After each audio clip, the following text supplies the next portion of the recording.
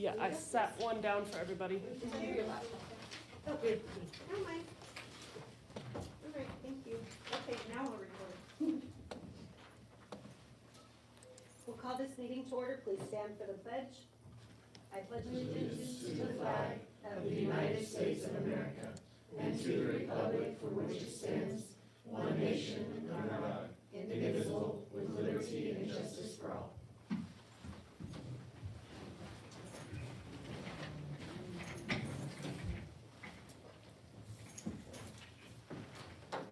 Has everyone had a chance to go over the agenda?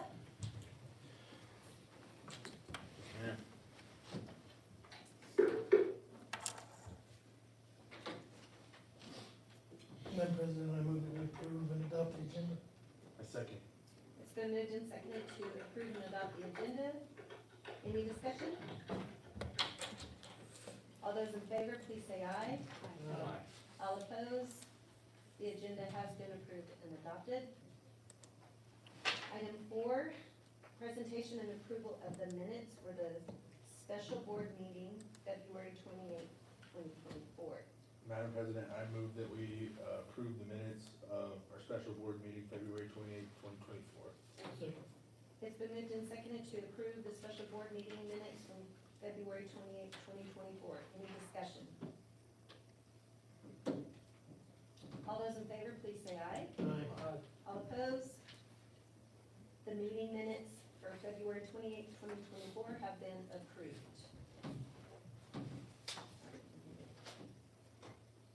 You already had it ready. Nice.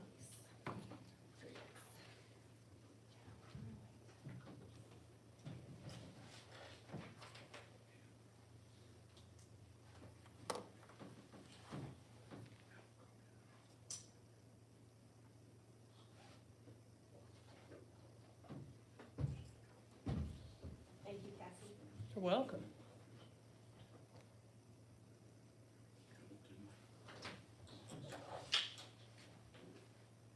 You want to suspend limited public forum? Motion.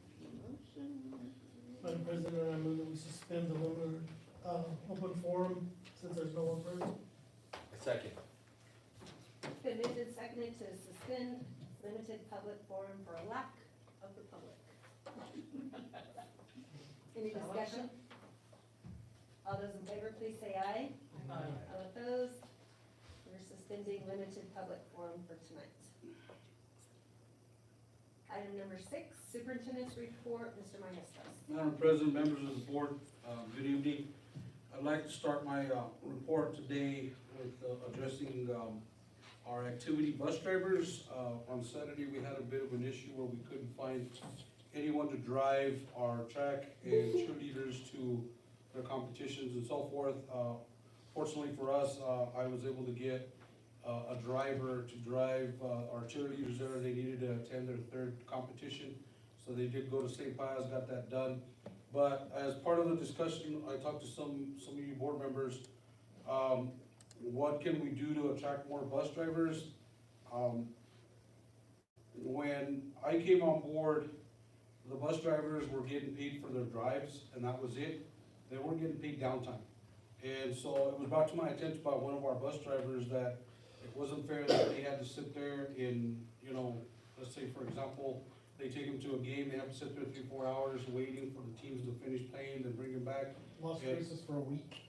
Right, and so, I did, you know, take that into account, so we started paying them for their downtime.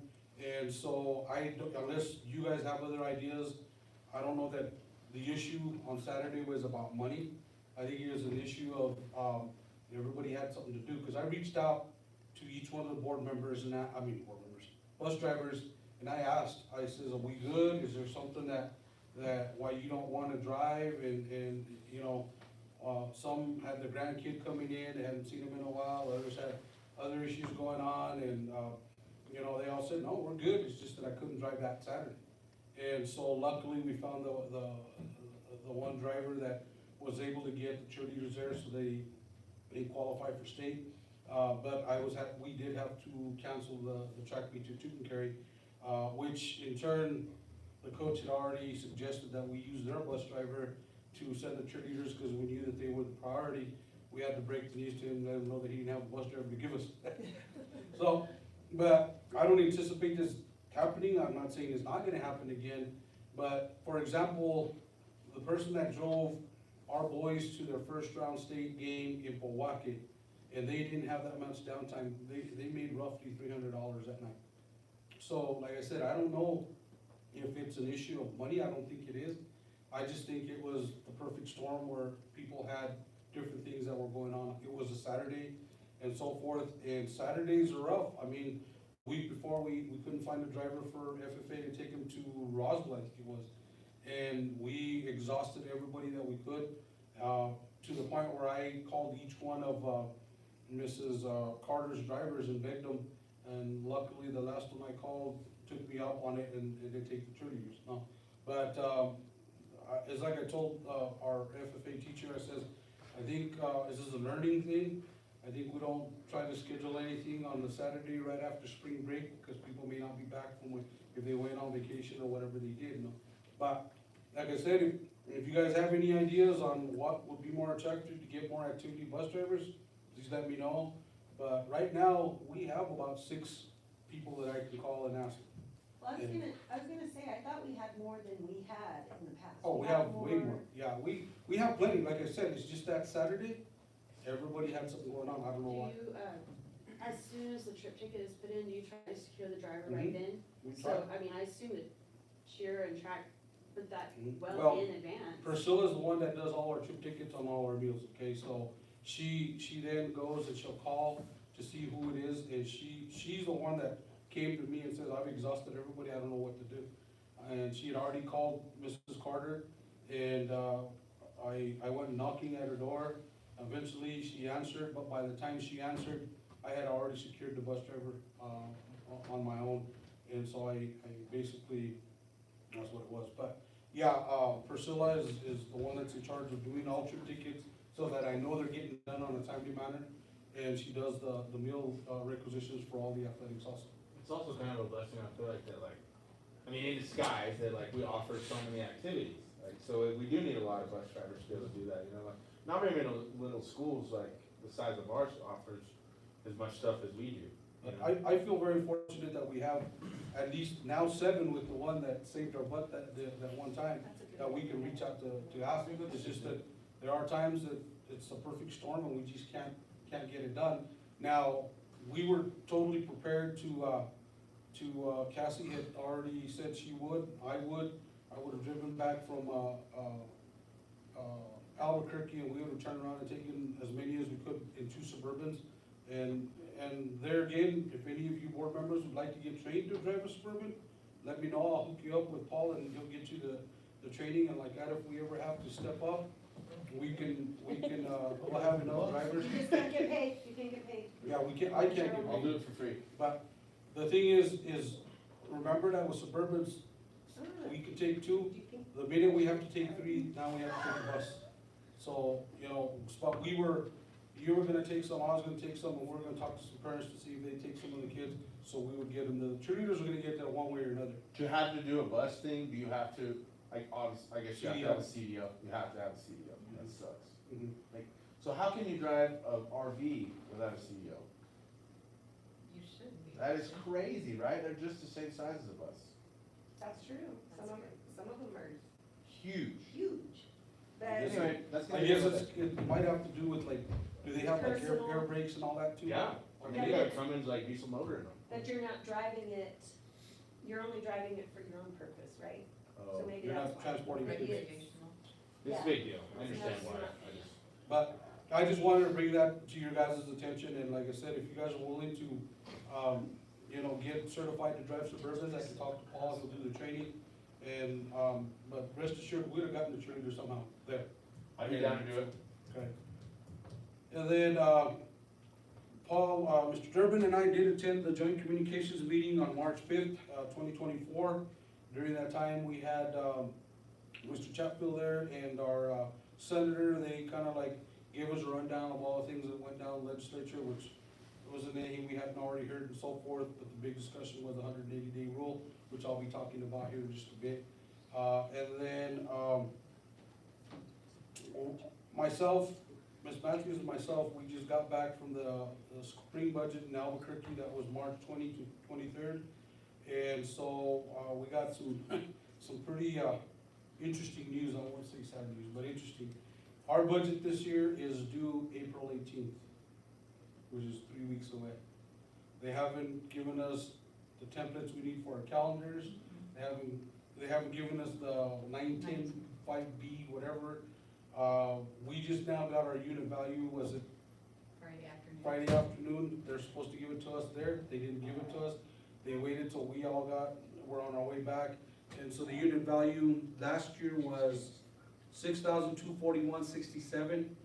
This coming year, the unit value is going up by $288 per student, so that would be $6,442.55. And so within that unit value, there is no funding in there for $188. So, I don't know what we're good, what to do, because what the Fed is asking us is to get our budget in on the 18th. They're asking us to do 2 calendars. One calendar would be like the one we just had, which the administrators, they did work on them while we were there. Thank you guys. And then they want another one for 180. Now, the rule that they changed and that they're gonna put into play doesn't take effect till July 1. So technically, we don't have to send but 1 calendar, but if we take the chance of doing that, then they could not approve our budget. But Or, if you send 2, then they can turn around and say, it's doable. it's doable. So, I did wanna discuss it with you guys as a board. In my opinion, I feel like we should submit 1 calendar, the one we had, and let them deny our budget, so that when we do go to court, we can have the fact that we can tell them, hey, we did exactly what state statute says, we met the 1140 hours, and we did our PD time within it and so forth. Besides, this rule doesn't go into effect till July 1, you can't enforce it till then. Are you gonna tell us what other schools are choosing to do about that? Well, same there's issue? everybody that's talking about going, getting into this lawsuit is saying we're only gonna do 1 calendar. How many schools are we talking about that are gonna join this thing? You know, about 50. 50? School Oh, so districts. for like Out 100. of 84. 84? What would the repercussions be of them denying our budget? I will budget till for now. No, What? No funding. so what we're trying to hold off on is if we get this lawsuit filed, get an injunction, keep them at bay and stick to our calendar. Because, I mean, it doesn't have that big of an impact on us. It's gonna be by 2 days. But those are 2 days that we are not getting funded for, that we have to pay staff extra. Okay? salary. Extra salaries, okay? Now, 4-day schools, you're looking at 36 days without extra funding. How are they gonna do that? They're not, I don't know. So, we're not in the worst shape, but I truly believe that this is a situation where we all have to stick together. Whether you're 4-day, 5-day, we gotta stick together, because there's more that's gonna come down, and somewhere down the line, there's gonna be something that's gonna affect us. And if we don't stick with our 4-day, partners, they're gonna turn around and say, well, you didn't back us up when we needed you, why should we back you up? I don't know. It also supports the other lawsuit where we're fighting for local control. And that is still going on, yes. We decide. I don't think we need to just roll over either. No, I don't. But like I Well, said, I bring, that's why they're dangling the carrot, is thinking that you will. I bring it to you guys, and I know that here in just a bit, we're gonna, vote on a resolution, and that's a resolution that basically, says that you guys, give me permission to move forward with getting funding to go to fund whatever lawsuit and so forth, but it separates us, me from you guys too, for in case I need board members, or board members get involved in whatever, then this is just saying, hey, we gave you permission to go ahead and continue with I that. think like Gus said earlier, if we just keep rolling over, there's gonna be no. Do we go to school year round? Yeah. But, I mean, like I said, Nobody wants to do that. Okay, Or- but, 365. but No here's American. the ironic thing about it, because I read what Joe sent us on that whole, everything that they were trying to approve. So they wanna add more days, but then they're going to turn around and say, high school students Only have to be there 3.5. only have to be there 3.5 hours a day. Where it's, Doesn't even make sense. truancy is 6 hours, or, I mean, the New Mexico truancy law is 6 hours, and they wanna change that to 3.5 hours, but we're gonna add school days because they feel like New Mexico students are so far behind. But let's not make them go to school. Or maybe just don't cancel a whole year of school and just pretend like it never happened. So there is a possibility too, though, that we can keep the calendar we have as long as we show a 10% increase in our proficiency in reading and literacy. We're currently at 48%, we would have to show a 58%. If we can get there, which I think is doable, then we're okay with our calendar. But eventually, we're gonna get to a point, because the state is saying they want all schools to be at 90% proficient. Well, this sounds like the No Child Left Behind. Exactly. That, But sounds like some incentives would be nice. I just wanted to share that with you guys, because that's where we're at. Let's get some nice incentives for those. Any idea on how close we are to the 10%? I mean, when did that? We're not gonna start? know, because Yeah. we haven't even tested yet Tests for the are results that we're gonna use to the determine end it. of April. Did you Wow. use last year's? The End of April, For and this the year? budget's due And we in don't 18. get the numbers back until They say it's, August or something. they- August or September. they say they're gonna be back in July, but that's They never never happened. are, they never are. So they're going based on last year's But then they Well, but compare the apples to difference will oranges, be- so they'll compare one group, Well, and we'll then have to to raise make because there's some kids that don't 10% test. for fin- you know, like 10th graders don't test, 11th graders test, so you're gonna compare one group to another group that's totally different Right. kids, but. I don't know. So, okay, not sure. Like I said, my gut tells me to submit one calendar and see what happens, but I understand the ramifications of it all, and I'd love to hear from you guys. I know what you do. Don't forget about the good part about the insurance going up 15%. Yeah, that's a pretty big deal. Yeah. I mentioned that one. It's a 3% raise and insurance is going up 15%. What? So Yeah. it's a 12% 15%. 15%, But yet we're sitting on all this money that's Yeah. what you keep States. saying. and not using it for the right reasons. I mean, It's hard enough for us to get teachers, and then let's make them go more days, and And then pay them less. Take away the- So people that are like, it'd be worth getting your own policy. well, then people that are like close to retirement are gonna be like, well, I'm done. Yeah, I was gonna stick around for the kids a little longer, but I'm done. I know the 4 days, there's a lot of 4 days schools, No. that lose a lot of teachers. I saw something advertised where there was even a 5-day school that was gonna go to 4 days, just because they were pushing going to 4 days next year, because. I mean, Like, they got these, anymore. they got these guys from the Fed to get up there and try to answer questions, right? And every other word that was coming out of their word was, we hope that doesn't happen. We hope, it was all hope. It was pathetic to see them up there, I felt sorry for them. Cause they were just sent up there, they were thrown out to the wolves, and it wasn't pretty. It was like, and then they really didn't even answer the questions, right? No, they had to move us to a bigger room, because it was standing room only and people kept coming in, so they had to move us to a bigger room. And the first comment he made when we got to the first general session was, let's address the elephant in the room, remember? Well, that was the elephant in the room, but then they stuck the elephant in a really tiny room, and they had to move us to the big extra room. It was crazy, so, but that's where we're at, guys. Any questions on that portion of the report? If not, I can move to maintenance projects.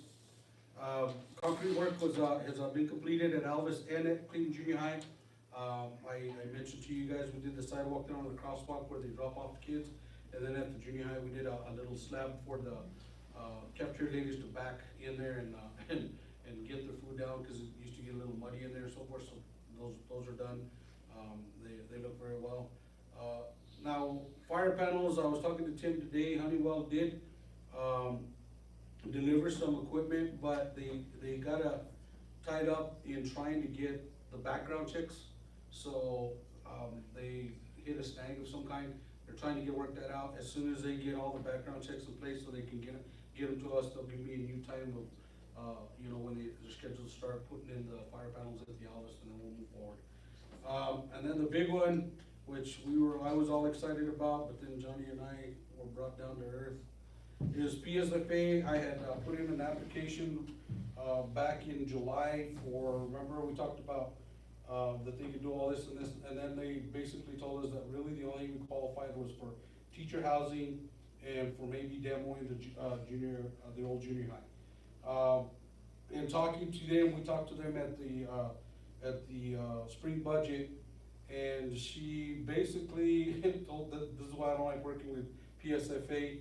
On the $1 million that we have for housing, it sounds great, because they've changed the rule and we can now get modulars if we wanted to. We don't have to go from the ground up. But in order to get any of those, we have to come up with, what was it, 63%? And they give us 37%. So at 63%. So at this point in time, we're lucky if we can do one or two, if we looking at, and that's having to look to see how much money we have left to try to get something there. On the other side. It costs less to buy some of these small homes, wouldn't it? I mean, wouldn't it be cheaper to buy some of the? And then on the other side, the 350,000, she said that the demo of the junior high, or looks that they could pay 100% of it. I'm scheduled to meet with them again. They came and did a walkthrough with Tim. I'm scheduled to meet with them again on Wednesday. I might have to do that virtually, but what I'm thinking I'm gonna ask, based on the fact that we have to come up with 63% anyway, see if we can take another $350,000 and put it towards the demolition of the junior high, and see, cause I don't think 350,000 is gonna be enough. And see if we can do that, and see if we can at least get that building down, and at the same time preserve it to the ground level so we can keep our boiler where it's at. But I will give you guys some more information when I go through all the meetings with them. How much does do you guys know off the top of your head how much it costs to insure that building every year? I was told at one point it was 11,000 a year. Did you figure it? I haven't had a chance to look yet, but I will. That's what I was told.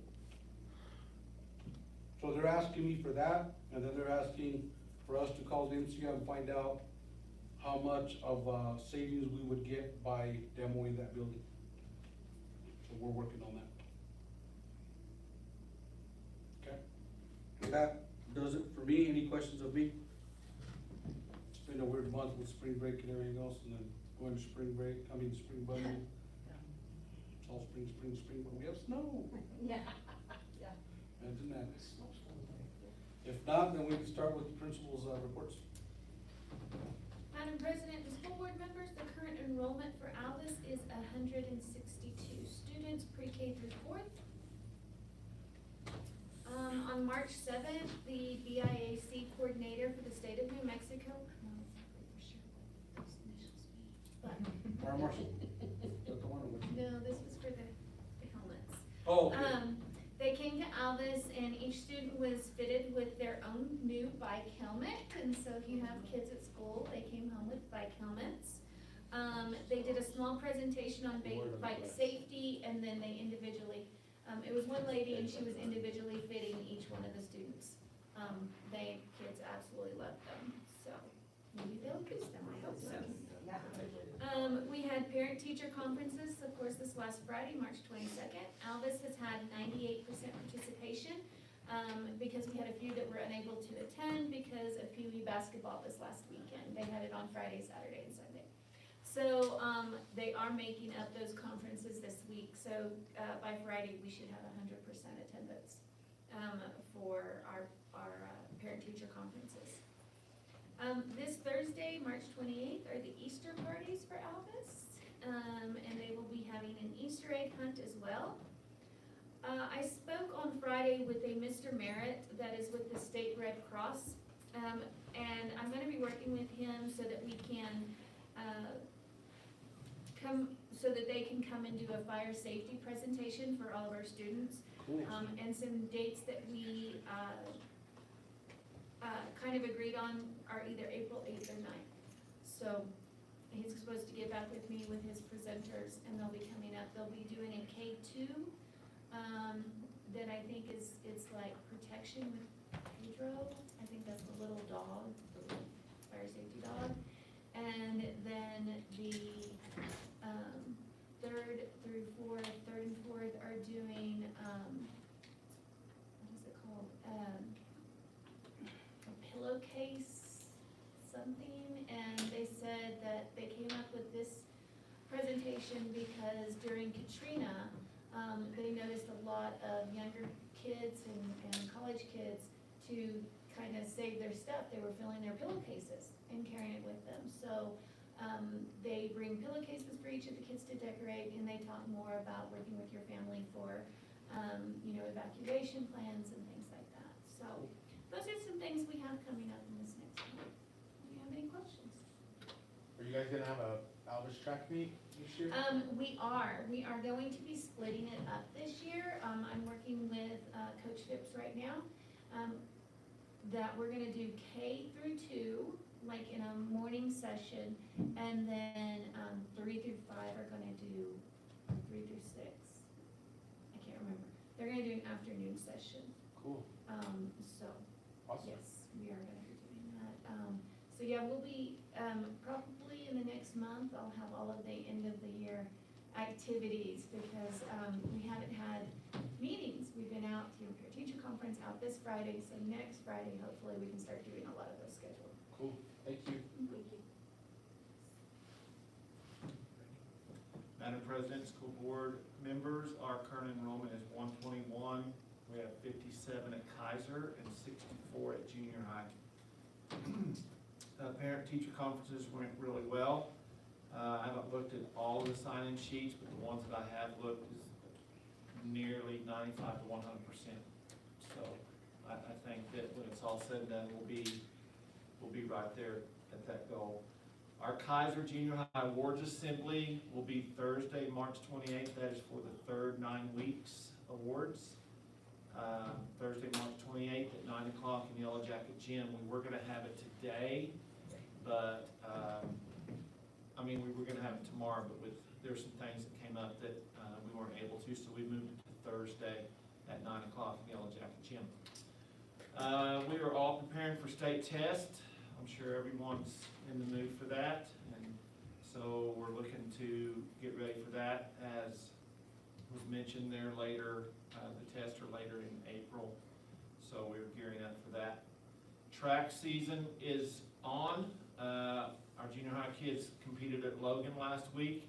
I know we did have some success there. I know we won some relays and some things like that. And then we are going to Cimarron on Thursday, if we don't get another snowstorm. So you never know at Cimarron. So our track meet again is April the 11th, and I do appreciate all 5 of you willing to help that day. See how I did that? I will do it. I know you. I thought it was the 18th, it's the 11th. It's the 11th. Okay. And I forgot kind of what has all went into this, because I ordered 174 medals the other day. That's just first, second, third in every event. 174 medals and 4 plaques. Sweet. Champion and runner-up. Every event, and boys and girls. Yeah, boys and girls. Gold, silver, and bronze. Sweet. So, yeah, and it wasn't that expensive. So all the medals and plaques have been ordered, and all the teams have been invited. We invited 10 teams this year to our first meet. We didn't want to go huge, but we wanted to be competitive. They're all smaller type schools. What time does it start? It'll start at, officially will start at 2, but the events will start, we have a scratch meeting and all that, so. My son is going in my place, just wanna make that clear. Okay, When do you need us there by, your volunteers? 7 o'clock that morning. I'll do it. I'll be there at 4:30 if That's when I'm gonna be there. By noon, give or take, it'd be great. We do, you guys know, we need an adult at every field event. And then we'll probably use high school athletes to help, but I don't want high school students running off our events.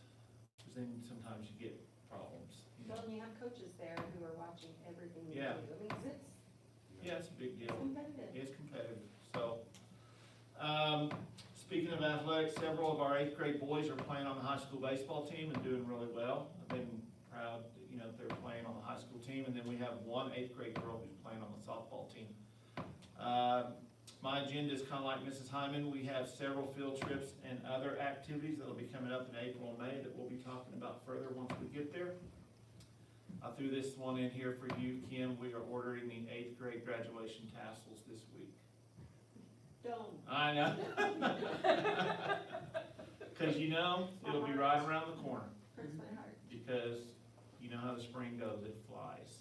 So, we're getting the gowns ready and all that stuff, so. Yes. Any questions? And 4 years will fly by too. Thank you all. Thank you. You bet. Thank you. Thank you. Hey, as an incentive to, the state testing, let the kids know that if they increase by 10%, they come less days to school. That's Yeah, pretty but good it's incentive. school. You They will- wanna go to school, Les? Less days of school next year. Yeah. Yeah. Yeah, that should be like the huge announcement. Yep. I bet they would do good. Madam President and School Board, I gave you a copy of my data for the Q3. And, so we're still, we're at 84.25%. We want our goal to be at 85% at this Q3. But a lot more kids are taking part in the zero period, and we've got some kids that were, eligible, that passed all their classes, that hadn't passed all their classes, so that was real exciting this last 9 weeks. So, any questions on that data? No, but you're right there. Yeah, we're right there, and 3% is like 1 person. Okay, so, yeah. Well, I don't know if you all know, but Brianna Taylor sang the national anthem for the 2A Boys Stakes semifinal game at the pit on Friday, March 15th. And if you go to her mom's Facebook page, wow, she knocked it out of the park. It was beautiful. Friday, March 22nd, like they said, was parent-teacher conferences. I don't have the exact number, but it's kind of easier at the high school because they have to do those next step plans, so then I'll know how many parents. So we have to get them all in. It's something that has to be done, so we'll get those done. Our honor roll awards will be on Wednesday, and we give out awards for all A's and B's, attendance, and then I give a leave campus pass to anybody that passed all of their classes. So as long as they're passing all their classes, they can get something. We're really happy that Gregory Butte, our coach from the College and Career Readiness Bureau at the State Department, will be here on Wednesday. He's going to look at our welding program and our shop program. So we're real excited to show him those 2 programs. They're doing such a great job. The juniors will take the New Mexico Assessment of Science Readiness on Tuesday, April 2nd. And Frank was talking about, senior rings and caps and gowns will be here on April 12th. And then the prom will be Saturday, April 20th, and it will be at the Air Park. So they're doing some renovations at the Civic Center. So that's CHS stuff. Ready for athletics? So our powerlifters were in Logan today and they won first place. Yay! By a lot. By a lot. A lot. I have the results. It was really, really neat. I mean, some of them in different weight classes. Yeah. Like Jerry was in a different weight class. Yeah. Baseball will be here. Like I said, we have shout out for Mr. Maestas for upping that game last Friday. We appreciate that. Hopefully that won't I saw. happen too much. Do you carry your gear with you when you go places? Just in case? Yeah, Have a suitcase. yeah, he's got a suitcase with the gear in it, so it worked out great. Baseball will be here Thursday versus Boise City, starting at 3 and 5. The track team will compete in Logan on Saturday, March 30th. The powerlifting team will also compete in Raton on March 30th, so we're gonna be there too, right? April 2nd, the baseball here versus Cuesta. And April 3rd will be the Cheertown performance at Yellow Jacket Gym at 6:00 p.m. That is they're gonna show us what they're gonna be doing for the actual competition, state competition. The cheerleading state competition is April 5th and April 6th, so Friday and Saturday. April 4th, we will have baseball and softball here. It'll be our first district game with Santa Rosa. And those will be the boys start at 4 and the girls start at 3. April 4th? April, 6th. oh, my bad, yes, April 6th. That's all right. No, that's not right. I thought that's what you said. Okay, She I'll look said that that up. I'll look that I thought it up. was My bad. May, wasn't it? Yeah. And then Saturday, April 3rd, this is like everything till we meet again, right? And then April 13th, the team will go to Cuesta. I'm sure it'll be very nice and warm there. And beautiful day. And then running with no oxygen is always good at Cuesta. And then FFA, any questions on athletics? I'll get the Santa Rosa. April 4th through the 6th is FFA state. And we have several teams that have qualified.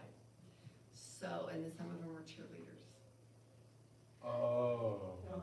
Yeah. Don't they have like an alternate? Everyone's like, Oh. If they have the 4. If that's Oh, what yeah, it's only if not they have cheerleaders 4 too, people. yeah. Well, and some of the teams only have 3 anyway. Yeah. So, That's gonna be interesting. that will be interesting. So any questions? Shuffled between? Well, I guess parents could go, I had to actually do that one year, go pick up Lauren from state State FFA. FFA and take her to state powerlifting. That's right. Yeah, so, I mean, I guess I Yeah. did that. So, I just wanted to,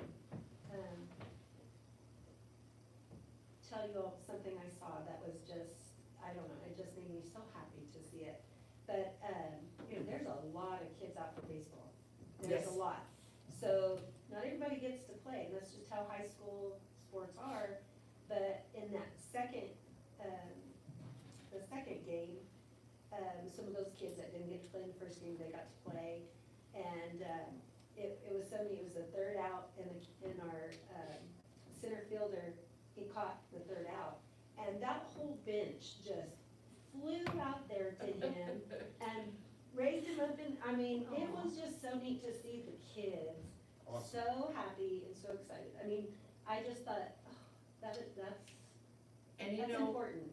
that is so cool, and the reason why I wasn't there to see that is I forgot that I was watching Emmy play in the green and red all-star game. It can't be everywhere. And Jana's brother was the coach, and it started out really scary. We were down like 15-0, and they battled back and ended up like beating them pretty good. Nice. So, The green team. so the green won, Nice. yeah. We did awesome too. They did. Yeah, Emmy played so well. Yes. So, oh, I can't believe I But forgot. that was just, I mean, besides the, winning, I mean, yes, winning is a great thing and stuff, but that is like, just showing like how close our kids are and their school spirit. I just Love it, love it. Awesome. Awesome. And the baseball team did win their season opener against Mora. Great. So that was. They lost that to was Mora cool. last year, right? I mean, didn't they? Oh, yeah. Oh, yeah. Oh, yeah. They've had some close, I mean. Yeah. Yeah. It's the gonna Junior be Perry great. was close. Yeah. So that's exciting. Sweet. It's gonna be Let's great. go. Any questions? No, thank you. Thank you very much. Okay, moving to board communication, co-op with Des Moines for football for 2024 season. Okay, so, Mrs. Montoya, has reached out to the NMA, right? Mhm.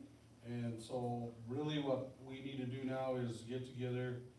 I did talk to Superintendent, from, Des Moines, Cody, and, what we gotta come up with is an idea of what the cost is gonna be for Des Moines to join in and do a co-op with us. So I'm not, sure, what it is.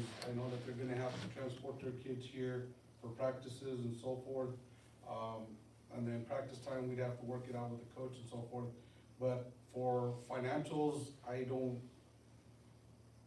would think that if we're gonna buy, equipment, we're already gonna have it anyway. I don't know that it would be something that they would, have to do that. Maybe, The way I see it, if we have 7 players from Des Moines, you know, and they bring fans, that, you know, that's gonna generate revenue to help pay for their meals and stuff like that. So I'm not sure do we just let them go ahead and have the responsibility of bringing the kids down, and then we take care of everything else, or, I don't, you know, we need to know that. She's gonna wait and take it to her board after, this board, so I can tell her more or less what we think, and then we'll go from there. She did tell me that her board is kind of split on doing it. There's, I think 2 board members that are not for it, and she's not sure where the rest of them are, but, one board member made the comment that, he chose to live in Des Moines over Clayton because he didn't want to deal with football. So it's still not a done deal, but we have to give them an idea of what cost it would be to them to join. Is it his kid? I don't I'm know. gonna say, because if it's not, I know there's about 7 kids that, and then the other thing that she discussed is, I was just assuming we were talking varsity, but then she also started talking about, what about junior high? That would be awesome, then you build a So, program. so well, yeah, and I would think that we're in the business of kids. We never did Right. anything to where we deny them over money, because of money. You know what I mean? Like, I'm so tired of hearing that it's about money. Yeah. And, I mean, yeah, they So- have to pay the gas every day to come to practice. I mean, If we've got the equipment, I don't know why we need to. And they can help raise, they can help fundraise for Clayton football the same way. that's, Right. that, and the revenues that we get from the families that come in, the concession, all that stuff, all for it. So, I don't think we And need for- to charge And it's you. a 2-year commitment. And it builds the goodwill between the communities, I think. Exactly. right, right. Madam And- President, Yeah, that's another good I one. move that we, allow them. It's not an action item. No, it's made. It is further down though, you got, you still got a chance. to- Patience, patience. It's on E's. Yeah. But, you know, if they insist on something, you just say, you know, there might be some kind of trade in kind that we need later on or something, you know what I mean? right, Like we need- or that if there's textbooks fundraising, or that they can do farm fundraising in Des Moines for us. You know, Right. some fundraising there for the football team or whatever, and then I think together we can get it done. I know that Jared in Des Moines likes to do a lot with us, they use our track. You're gonna help you with the track meet, right, Mr. Funk? Yes, it's called the Clayton Des Moines Junior High Relays. So, Go rock that's like back what's to on their what house. Ms. Lee says, you know, building that relationship there, and I think it's a great thing. Basketball and powerlifting. Well, too. and, Reason why not. and these are kids that want to play, I mean, Volleyball. you know. Never had the chance to play before. Maybe their Right, I grades mean, too. Why would we, Everything. It doesn't affect us in our 8-man No, qualifications. Yeah, so that's why we had to go to the New Mexico Activities Association first, because they have, by that, the numbers couldn't go over 100 and, so they've changed it to 160. So with every kid they have in high school and every kid we have in high school, it's still 160. Great. thank you. Okay, moving to financial matters, consideration and approval of financial reports. Madam President and members of the board, after reviewing the financials, do you have any questions for me? Madam President, I move that we approve the financial report. It's been moved and seconded to approve the financial report. Any discussion? All those in favor, please say aye. Aye. All opposed? Financial report has been approved, and there are no bars and transfers. Correct. Okay, thank you very much. You're welcome. Thank you. You're welcome.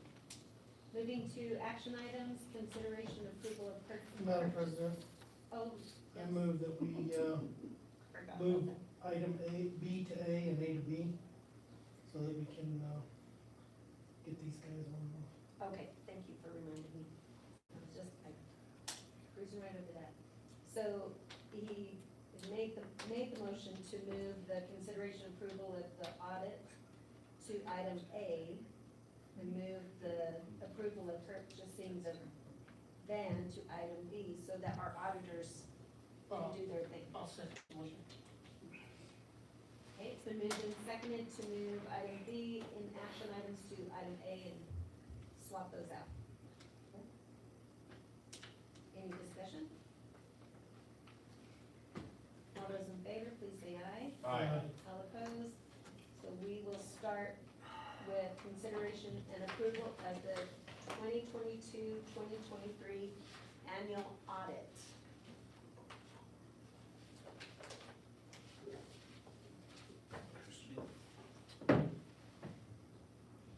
Okay, you're turning it over to us now. Okay. Making sure. Hey, can you hear me okay? Yes, sir. Okay. Are you seeing do you guys have your audit in front of you or on the screens where you can see it?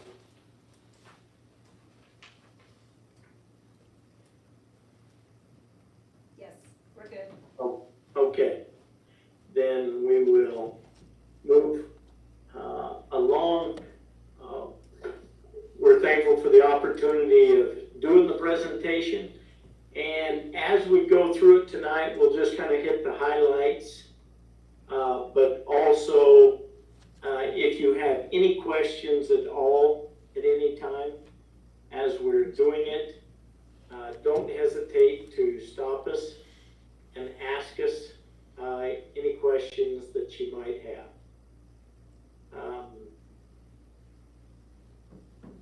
Get my slide here.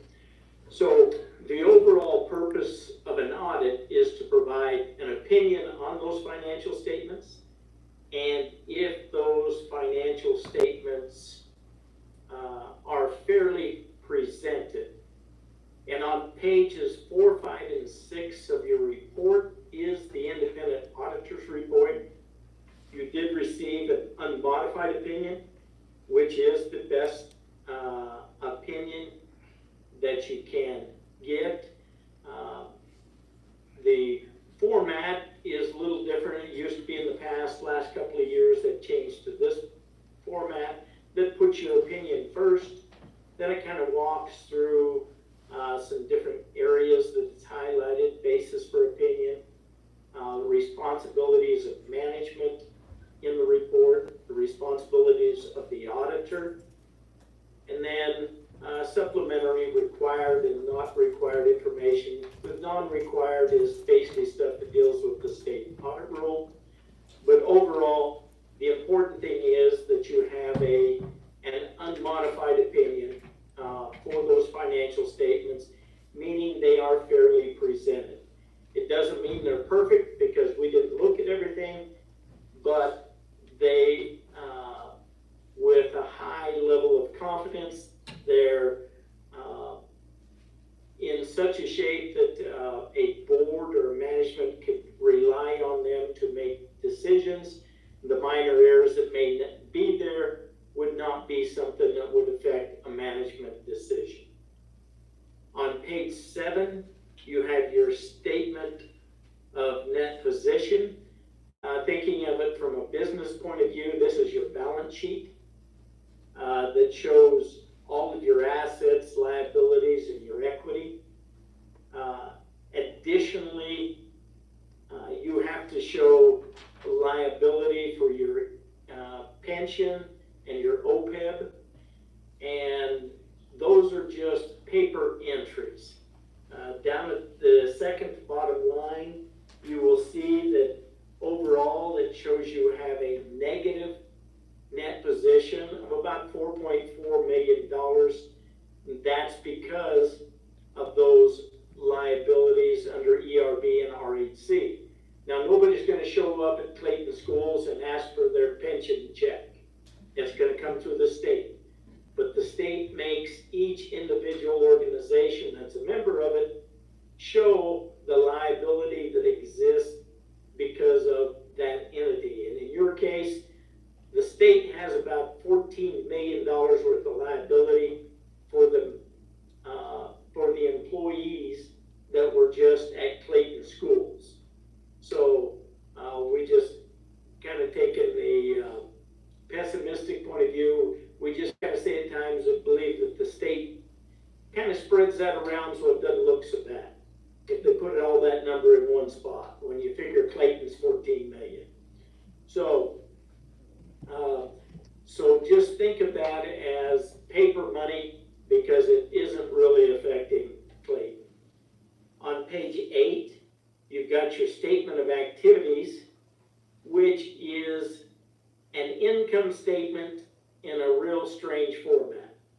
So you start with your expenses on the left, and then you've got 3 categories of income in the program revenue columns, and then you have more general revenues down the right-hand side. Overall, the change in net position this year was a positive $927,000. Now, that's mainly due to your ERB and RHC changes. Again, paper changes in the estimates of what those costs or what they're going to be way down the road. You did have one restatement of about $139,000. That's described in more detail on page 49. But 2 years ago, activity funds were supposed to move into the fund 23,000. And several auditors didn't do that, but because of a change in the requirements in the accounting standards, that was supposed to be done. It hadn't, so we did it in the prior year. You also had a prior period adjustment for fixed assets. Johnny said she had given them the final report, but when they put it in the audit, they had put a preliminary amount in. So that was a minor change to get the audit records to match the district records. On pages 9 and 10 is your balance sheet in funds, like most are used to seeing it. The operational fund, Fund 11,000, is where you handle most of your activity. And how you get to cash balance, you have to add and subtract a little bit your cash and investment number, plus your interfund receivable number, which is cash you've loaned to other funds that have negative balances. And then you subtract out your accrued payroll liabilities, which are basically checks that were cut at year end but not sent for ERB or pension or insurance that many times isn't paid until July, August, or September. So when you do all of that, you end up with a cash balance of about $1.5 million in your operational fund. That's a decrease of about $28,000 from the previous year. So it's pretty much a break even for the year in the 11,000 fund. On pages 12 and 13, it's your statement of revenues, expenditures, and changes in fund balance. In the operational fund, expenditures exceeded revenues by about $33,000. Excuse me, so again, pretty much break even on the year. On page 13, in the total column, expenditures exceeded revenues by about $354,000. And a lot of that's dealing with when you're doing capital expenditures, you have bond money or you've got state money that was given to you, and now you're expending it in the way you were supposed to. One thing I will point out for board members, starting on page 22, are your notes to the financial statements.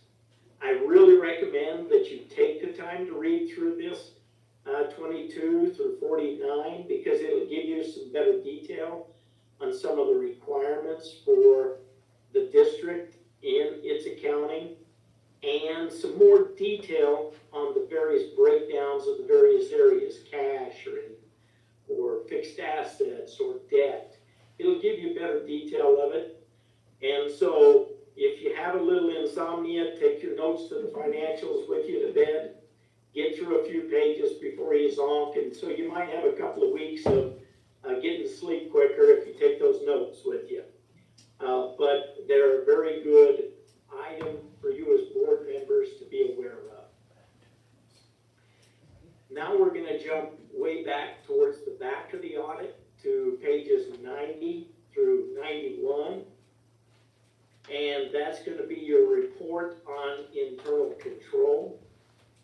And at this time, I'm gonna turn it over to Chris, who's going to walk you through the back end of the report.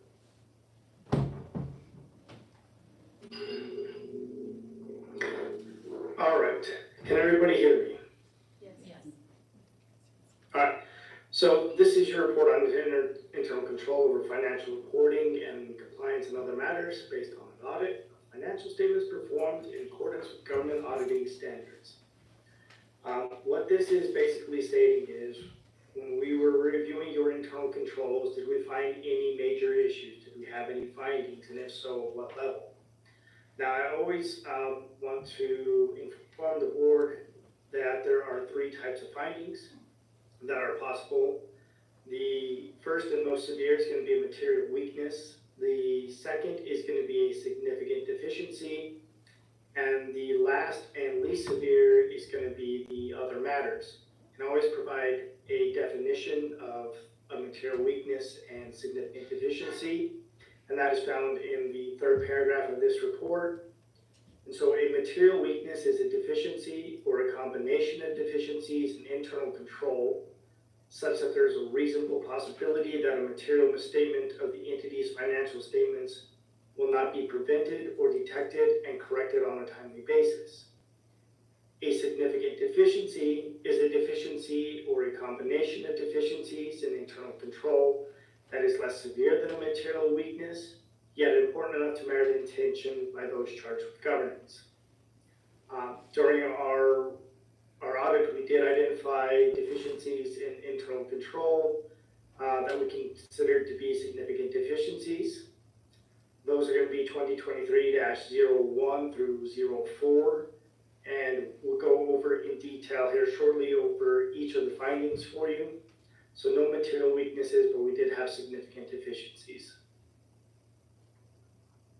And then on the first paragraph on page 92, under the compliance and other matters, that's where we list the findings that we had that were of that last level of the least severe. Those are your other matters. And those are going to be 2023-005 through 14.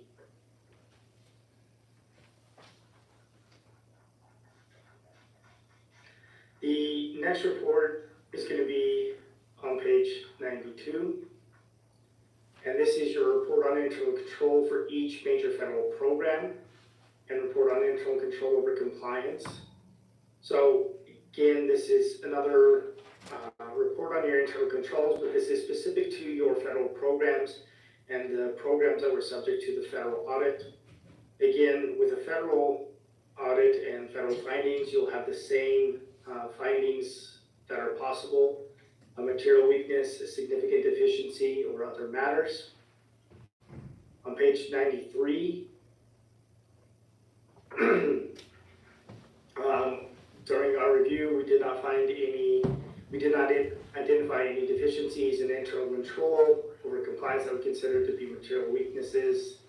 However, material weaknesses or significant deficiencies in internal control over compliance may exist that were not identified. So in your federal programs, we did not identify any material weaknesses or significant deficiencies.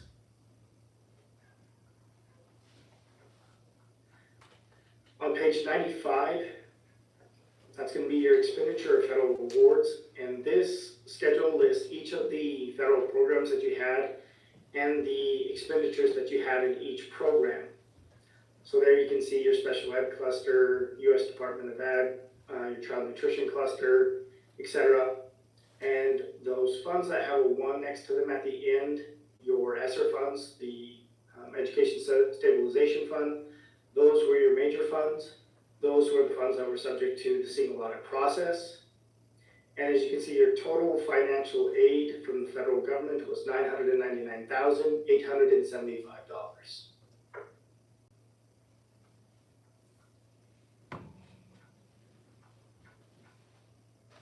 Then on page 97, this is where your schedule of findings and question costs start. And it starts with just kind of a summary of what we had listed before.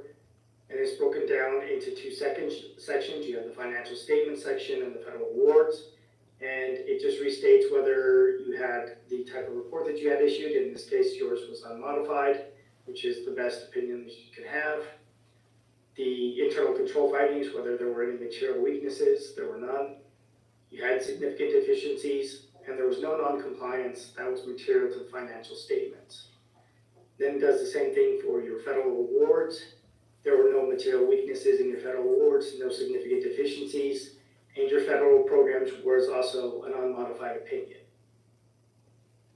And then it lists there your major program, which was there was the ESSER funds, the dollar threshold for distinguishing between your type A and type B programs, and then whether or not you qualified as the low-risk auditee.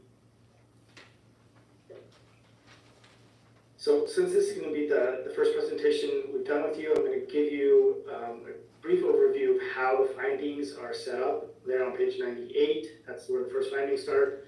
And if you do have any questions, feel free to ask them. So the first section is going to be your financial statement findings.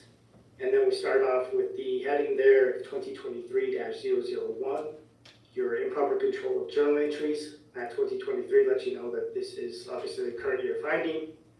And then there in the parentheses, we have significant deficiency, and that is the level of the finding this is.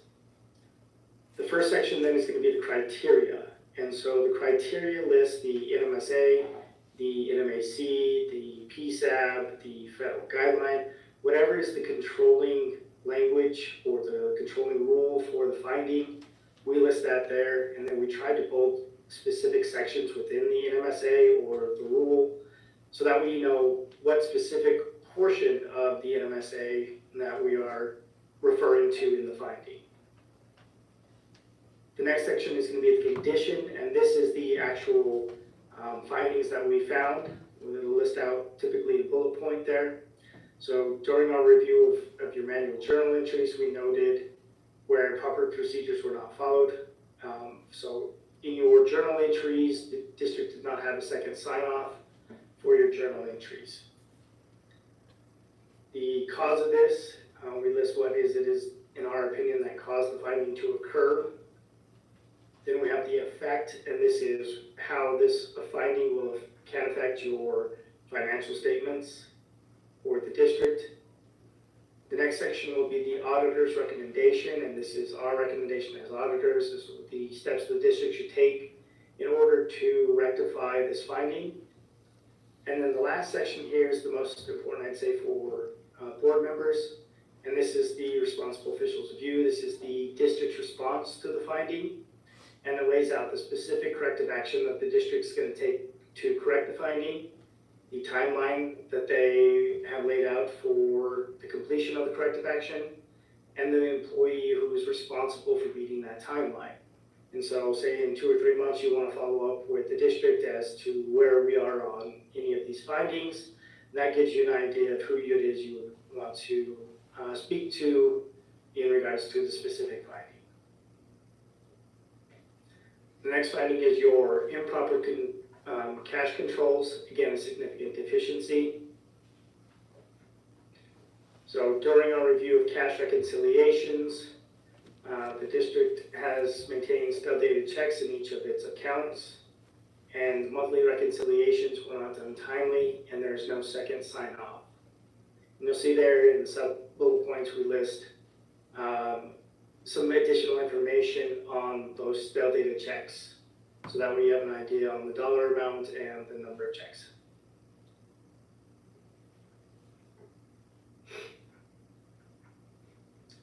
The next finding is failure to timely remit federal withholding taxes as required. So we had a couple instances where tax payments were not made on time in the prior year. So we had late payment on the second quarter payment, and we did not make any tax payment for 3 months. So in the fourth quarter of 2022, the district made no payments until January of 2023, and where the district paid $217,000. So this obviously then could lead to a fine from the IRS.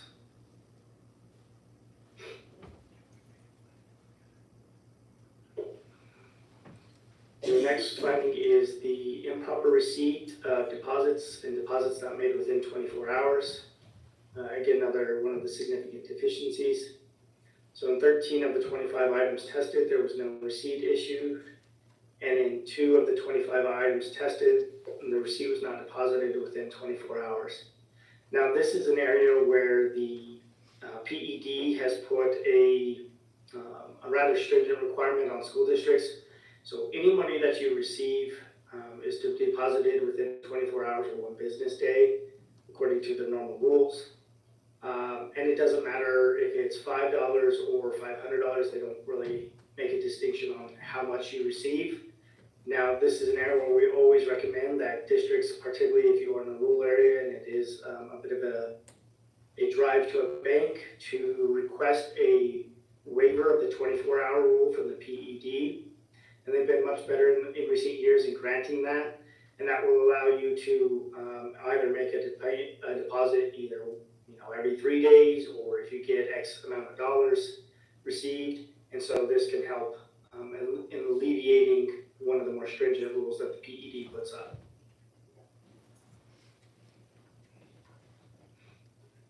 The next section is going to be the federal award findings. We had no federal awards findings.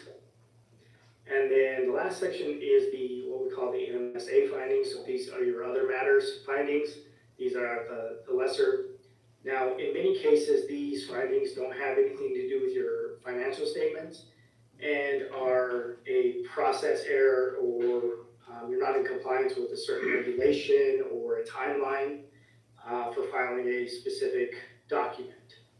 And so we try to, again, in the condition section, try to provide you with information to make the distinction of whether this is a single instance or maybe a process error, or whether it is something a little bit more serious that needs some additional training. So the first finding here is going to be your missing purchase orders and payment authorizations. And this is the most common finding with any school district due to the number of people who are involved in the purchasing. And again, a requirement that the PED imposes on school districts that is not imposed on any other government entity. And that is that you have to have a purchase order in place before you have committed any funds. Whereas for every other municipality or government agency, the rule is generally that they have to have a purchase order before the check is issued. So there is a more stringent timeline on school districts. So during our review of individually significant items, we had 1 of the 23 items, there was no purchase order on a purchase of $23,000. In our review of activity disbursements, again, we had 1 instance of 25 where we did not have a purchase order. 3 items where a purchase order was not authorized prior to receiving goods and services. And in our review of credit cards, we had 2 items where a purchase order was not authorized prior to receiving goods or services. And I forgot to state this earlier, but this is also an important matter. New Mexico is what we call has a zero materiality rule. And so that means that even if we find 1 instance of noncompliance or a single dollar difference, the state audit rule requires us to report that in your financial statements. So there is, you'll see in many of these instances, a single or maybe 2 instances. And in many other states, these types of findings wouldn't be in your financial statements. They would just be information that we provided to the board separately. But since New Mexico has a zero materiality rule, we have to record every instance of noncompliance.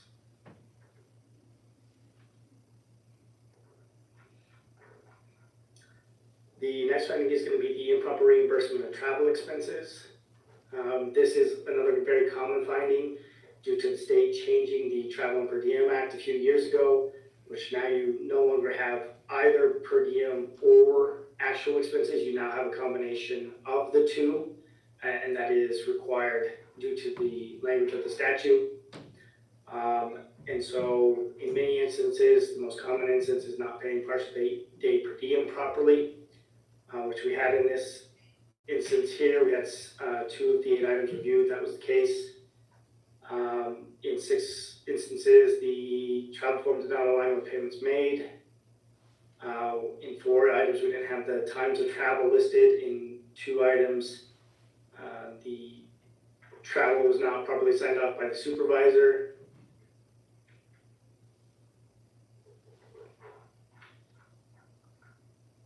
The next finding is going to be 2023-07. This is the improper approval of budget adjustments. During our testing of budget adjustments, we saw 3 instances in which the district entered the budget adjustment into their system prior to approval from the PED. So this is, again, a timeline issue where the budget adjustments were approved, but the district entered the adjustment into the system prior to that approval.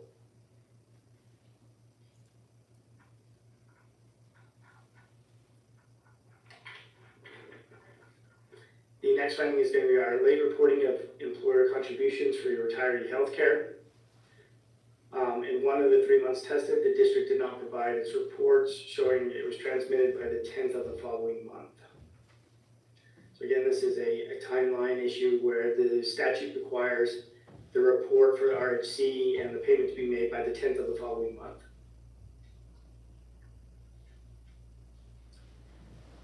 The next finding is our budgetary controls and cash appropriations. We had 4 funds in which the district rebudgeted a cash balance in excess of what was actually available in the following funds.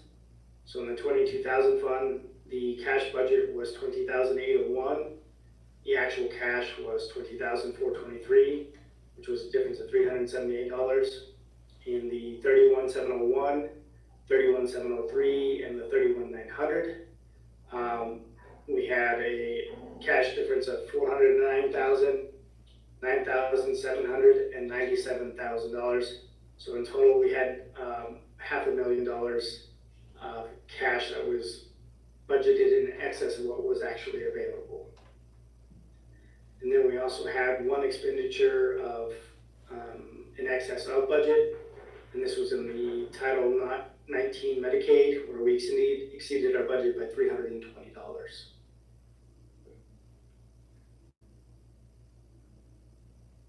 The next finding is going to be our missing I-9s. This is 2023-10.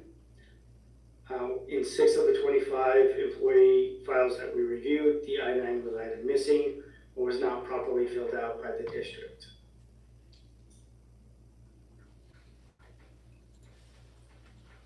(2023-011) is the improper ERB deductions.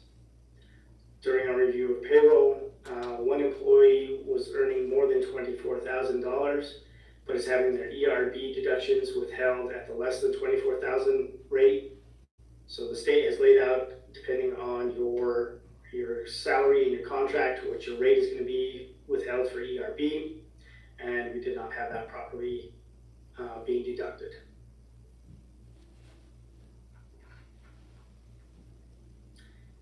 The next finding is our missing background checks and licensure. In 6 of the 25 employee files reviewed, there was no copy of the FBI background check in file. And in 2 of the 25 employee files reviewed, there was no licensure in the employee's file. So the state requires that every employee who may have access to children have an FBI background check, and that the district maintain a copy of that FBI background check in its files.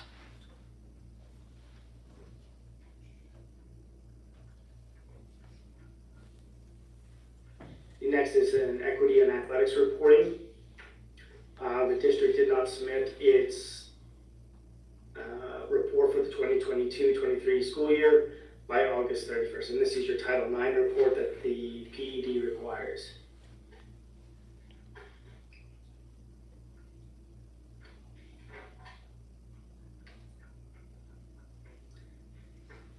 The next finding is 2023-14. This is no recording of fixed asset certification.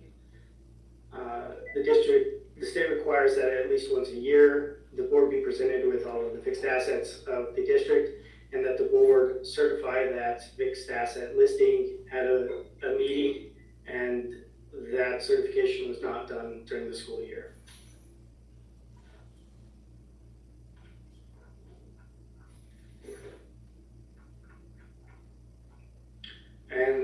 completes the findings.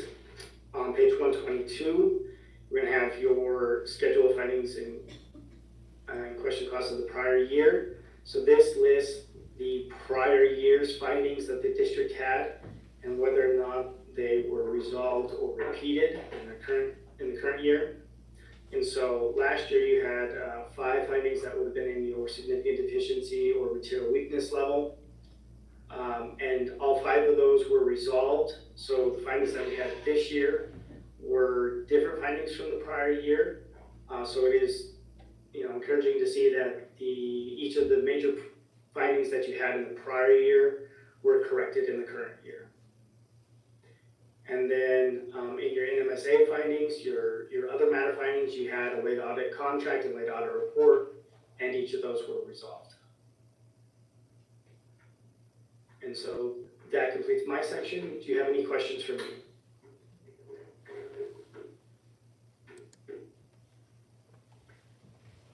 Okay. Overall, we go into a lot of detail. We're kind of known as a tough auditor, having quite a few staff. Myself, I was a finance director for 10 years at Central Schools. So we kind of know what's supposed to happen, and we kind of know where to look for the skeletons. And we open those drawers. But overall, there was nothing really serious. They're just minor things, more of a timing issue and a few items of more knowledge on what needed to be done in a few of those. But overall, a good audit, and we're always here for questions or to help identify things that will help the district as they move along. And so with that, we'll turn it back over to you. Thank you. Thank you.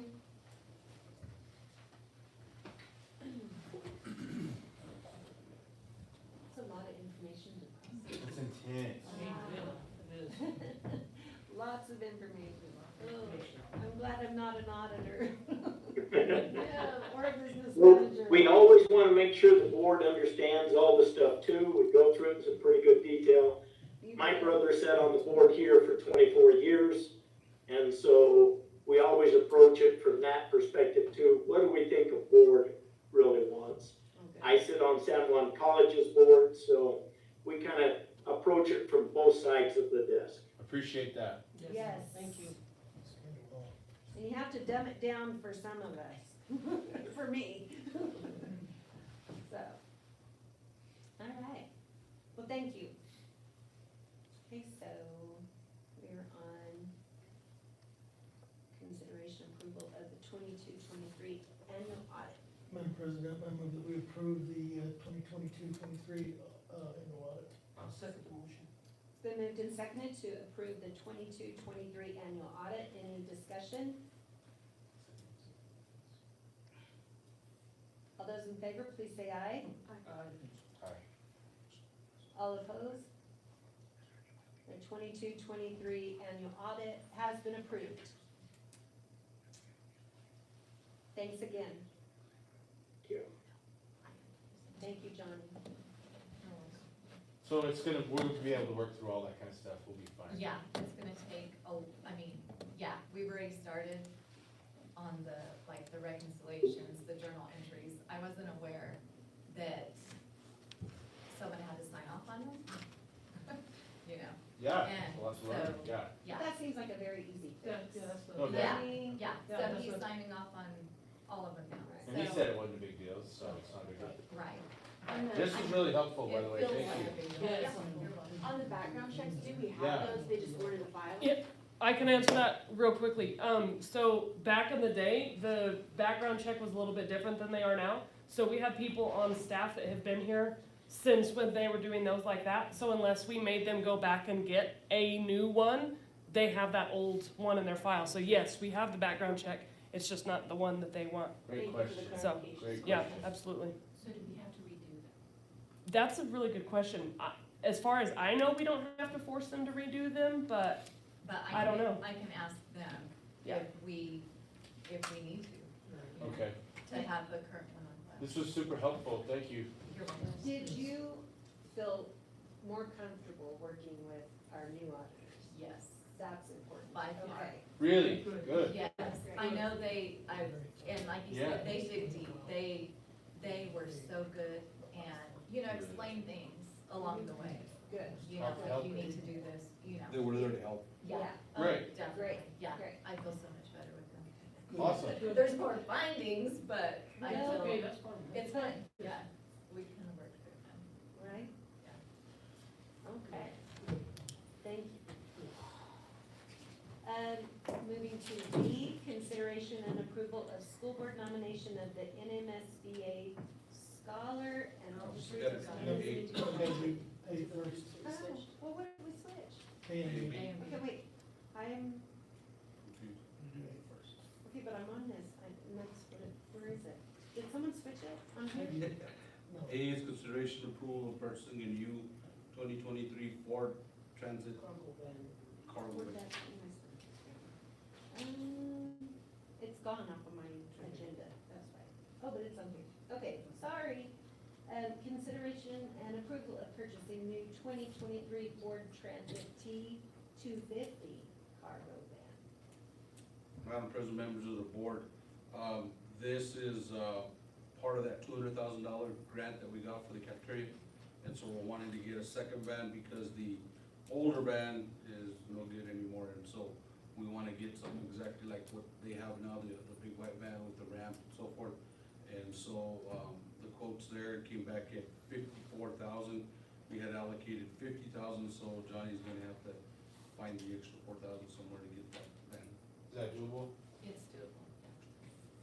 So hopefully, if you approve it, we can get that going so that Arlene can have their second van here pretty quick, cause That's hard work. they're actually using their personal vehicles to go do some, because they only have that one van. So, once we get it in, they'll be good to go. Madam President, I move that we approve the consideration, of the Ford Transit cargo van, TF250.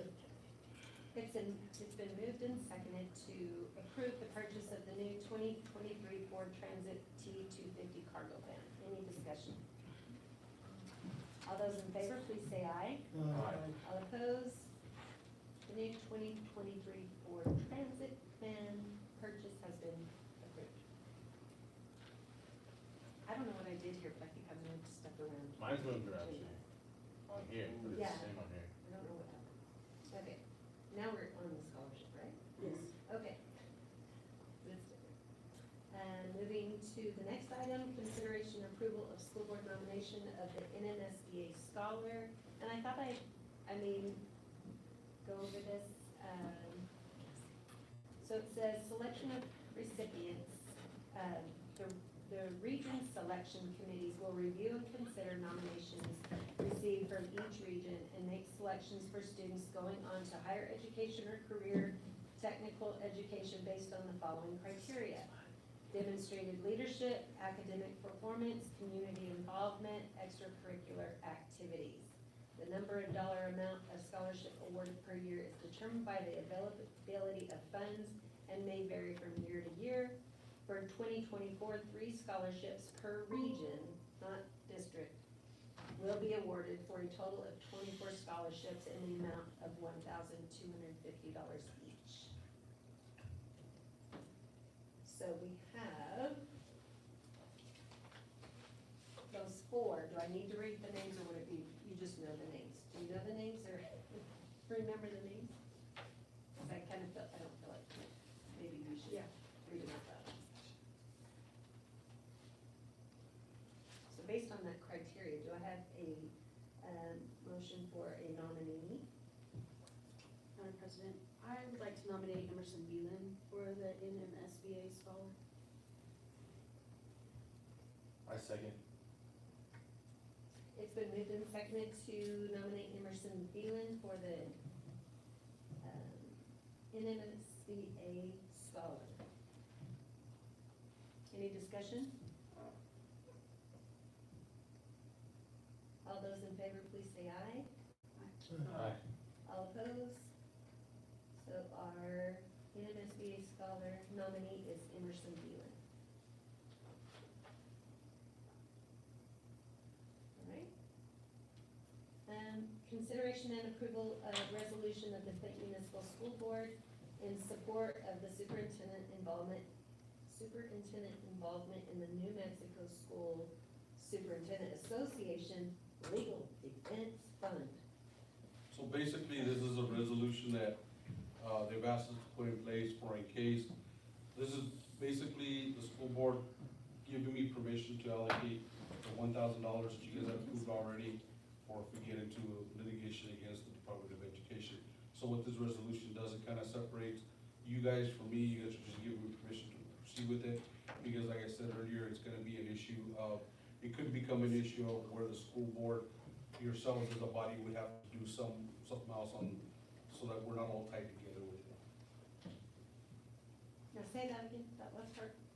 So that we're not all tied into it together, because there might be a point in time where you guys might have to do something as a governing body for the Clayton schools. You're giving me permission to represent on our end of it through the legal thing for Through the lawsuit. Superintendent Association, Yeah. okay. Okay. And this is not to exceed $1,000. $1,000. And it's only really gonna be $500, but he said an extra $5 for in case something else comes up. But the first initial thing's gonna be $500 that comes up, and hopefully that'll be it. Madam President, I move that we approve the resolution of the Clayton Municipal Schools Board in support of the superintendent involvement in New Mexico School Superintendent Association Legal Defense Fund. You did such a great job. Thank you, thank you. It's been moved and seconded to approve the resolution of the Clayton Municipal School Board in support of the superintendent involvement in the New Mexico School Superintendent Association Legal Defense Fund. Any discussion? All those in favor, please say aye. Aye. All opposed? The resolution has been approved. All right, then we move to consideration of co-op with Des Moines for 2024 football season. Madam President, I move that we can consider the co-op of Des Moines for the 2024 football season and not charge them anything for the equipment. I'll second that motion. Great. Okay, it's been moved and seconded to, co-op with Des Moines for 2024 football season and not charge for equipment. Okay, so my understanding is that we're not gonna have, all we're gonna ask them is to get their kids here for practice, for games, stuff like that. Yes. And whatever, or like we have, they have to travel to a game. If we're going that direction, we can pick them up. If we're going the other direction, that's pretty, that's my understanding, right? Has that been, have you guys kind of discussed that, you and the other superintendent, kind of talked that over? Yeah, we've already talked about it. So, all about it, come on, Des Moines, let's go. Who seconded that, sorry? I did. Okay, so they're only responsible for transportation to Give their kids- practices, to and from practice. Practices and games, if, like, for example, we play on that side, you know, they bring them here so we can load them on the bus and go. I'm just saying. No. All right. All those in favor, please say aye. Aye. All opposed? Co-op with Des Moines for 2024 football season has been approved.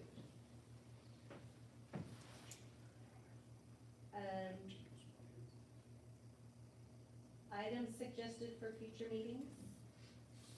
We, more likely, we're gonna have to have a, special meeting to, approve, school calendars. Because, like I said, we don't even have the template from, the Fed to do our budget calendar. We're supposedly gonna get us one for our calendar and one for the one they're desiring to have. But we're gonna have to have a special board meeting to get that approved. And the timing of the 18th, for our budget to be, submitted is perfect because our next board meeting will be the 17th. So hopefully, I feel sorry for John, he has a short turnaround time, but I'm sure, Yeah. we'll figure it out and go from there, and then, hopefully we get that approved. But we'll have to have some, special board meeting somewhere down the line to get those calendars. So do you wanna just tell us when the calendar's ready, or? Well, we should have it tomorrow. We should have it tomorrow sometime. Okay. There's some things we gotta look at. I was looking at the calendars today, and we have to look at that, 180-day calendar, because I want it to be just 182 days. because any extra days that we add on top of the 180 is something that we have to pay without anybody, Yeah. with our money, they're not funding it. So we wanna try to get it to as close as we can to 180, so 182, I think, is our least there. So for you, does it matter when we approve the calendar? No, the calendars. Okay, okay. So, I mean, you wanna just let us know when the calendar's ready and Well, we can. yeah. It should be ready tomorrow after we meet, so maybe next week sometime we can, just a quick 5-minute meeting or whatever and get it approved and go from there. Sounds good. You'll be here all next week? Takes 3 of us. Maybe we can send it to them. But we just need 3, we just need a quorum, so, okay, like Wednesday next week? That's perfect. We can do like 3, 4. Okay, I have to test in Rancho, so I should be back by then though. Okay. Can we do 4 o'clock? Sure. I won't be here next Wednesday. You won't be here next Wednesday. Oh, Will you all be here next Wednesday? I think so. Does it bother you guys to miss the No. overload calendar? It's No. just a special meeting, not the vote. Okay, We can share the calendars with you guys ahead of time. okay. Okay. And that's the 3rd, right? Just, Okay. Board President, can you hear me? This is Tony Ortiz. Yes, hello. Hi, I was just checking in. I was sort of expecting a call or something Yeah, just to let me I know. was gonna when call started. you. I'm sorry, I was gonna call you. And we're Oh, no almost there. worries. We're almost there, Tony. Oh, okay, and I'll sign back off and, just send me a text or something and I'll get back on. We're like, We're there. we're there, so We're there. just, if you wanna just wait just a second. Okay. And if there are any other items that you guys, think of, I think whenever he said the fixed asset inventory to set a date every year, Yes, if we can start thinking about that. like and then- the August meeting Right. every year. Okay, okay. Okay, Madam President, I move Yes. we go into executive session. all right, it does require roll call vote. you guys, Executive session for NNSA 1978, section 1215, H2, pertaining to the discussion of limited personnel matter, quarterly superintendent evaluation. Dustin Wood, aye. Mike Barnes, aye. John Trujillo, aye. Emily Lau, aye. Thank you guys so much. Yes, thank Have you a guys, good you week. guys are awesome. Off the record, that's Tomorrow.